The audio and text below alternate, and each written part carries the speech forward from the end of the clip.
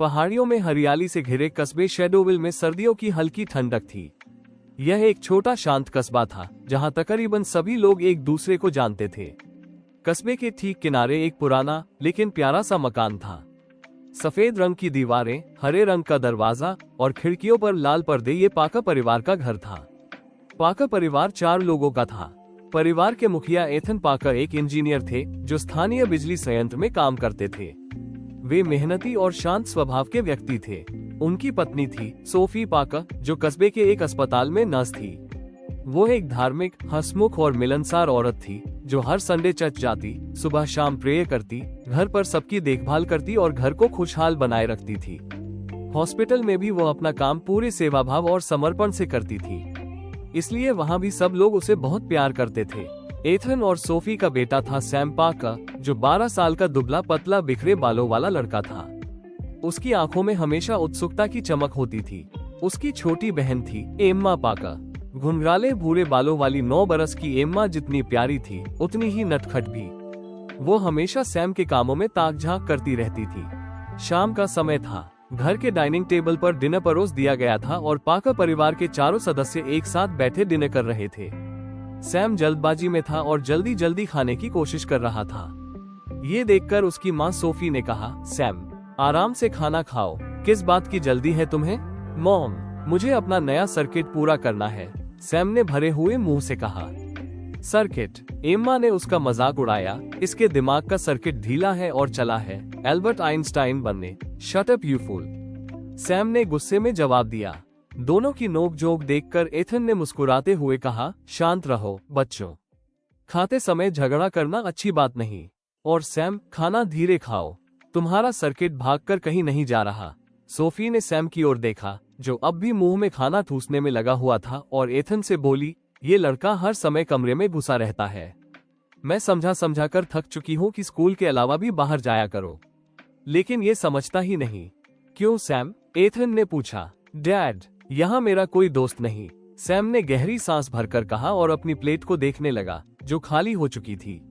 Emma उसे चिढ़ाते हुए बोली, दोस्त बनाने से बनते हैं अल्बर्ट आइंस्टीन। सैम ने कोई जवाब देने की जगह उसकी चोटी खींच दी। वाकई उसका आस पड़ोस में कोई दोस्त नहीं था। कारण था उसका स्वभाव। वो ज्यादा घुलने मिलने वाला लड़का नहीं था। उसे किताबों और गैजेट्स के साथ समय बिताना पसंद था। एथन भी ये बात अच्छी तरह जानता था। उसने पूछा, वैसे तुम स्कूल की विज्ञान प्रदर्शनी के लिए क्या बनाने वाले हो? मैंने अभी तय नहीं किया डैड, सैम ने झूठ कहा।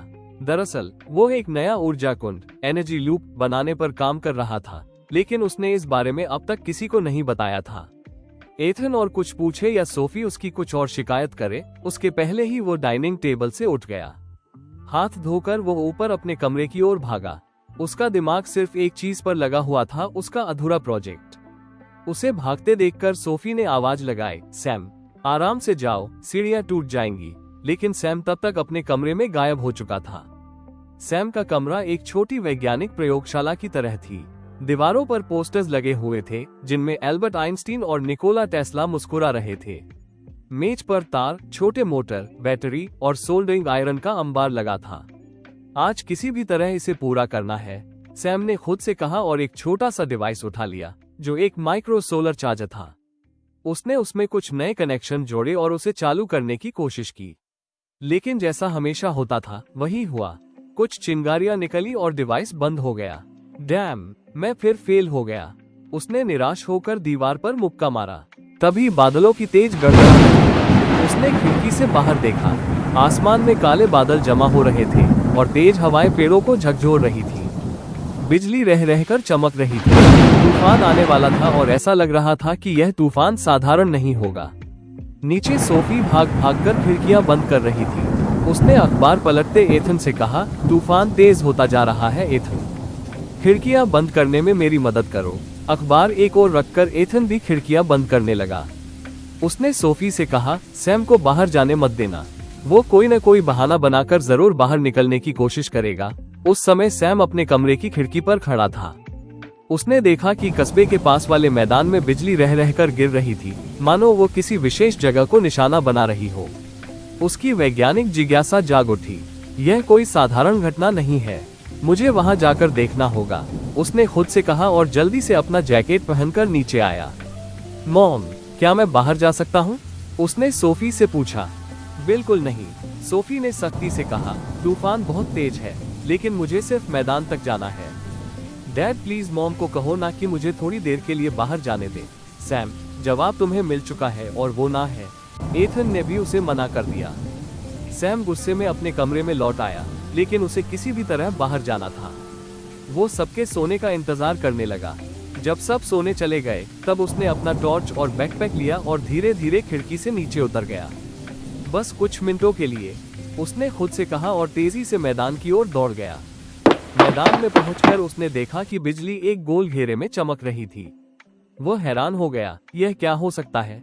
लेकिन इससे पहले कि वो कुछ समझ पाता, एक तेज झटका उसके शरीर को लगा और उसके चारों ओर रोशनी फैल गई। उसकी आंखों के आगे अंधेरा छा गया।